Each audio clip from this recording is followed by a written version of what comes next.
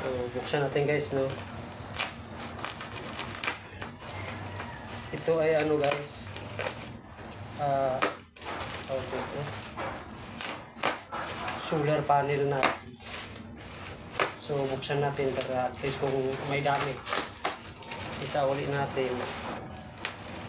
At least meron tayong ano po. Kasi nung una nating delivery, pa-deliver tayo ito sira eh. Sasad.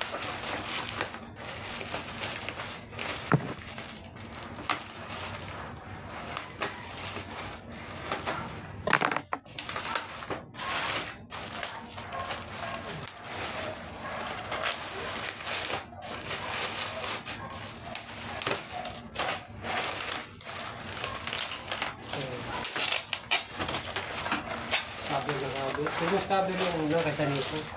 Kaso nagtaka lang ako nung bakit nasira.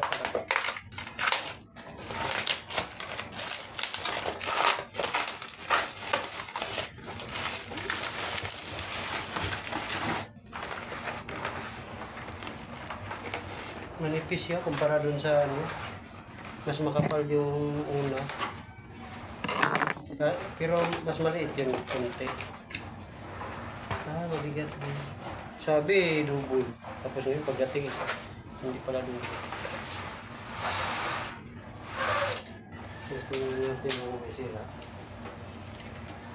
So, umpisa guys, wala sa sira.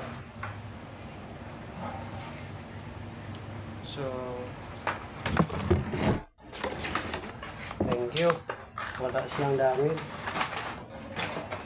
Kaso tingnan pa din natin kung talagang nakaka-harvest. Nakaka-harvest yan ng ano.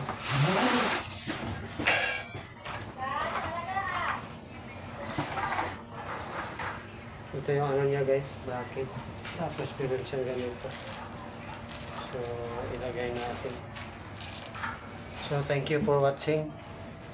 Walang damage naman. Okay.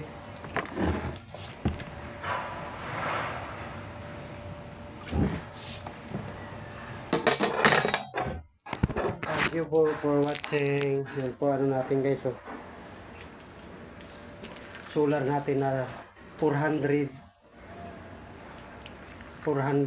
ano watts. Pero tingnan natin sa likod guys, no, kasi yung pinagmamayabang lang may nakadikit. Ito kasi guys, walang nakadikit guys. Na yung nakalagay dito na ano. So, pero wala nang problema. Importante lang talagang nagcha-charge siya. Ang problema nito pag hindi siya nagcha-charge eh. Kasi gala ko kasi yung malaki na ano. Yung tulad nung una, mas maganda yung una eh. Kaso nasira. Ang tanong paano kaya ikabit to? Kasi wala siyang ano yung tulad nung una. Baka mayroon pa yan dito. Kulang eh. Kadalang nila, kulang. Hindi siya ganun ka ano. Mahal pa. Wala, hindi tulad nung una. Yung kinansil ko, binalik ko. Magandang klase yun. So, thank you guys for watching. So, nabasa tayo na ano, pawis.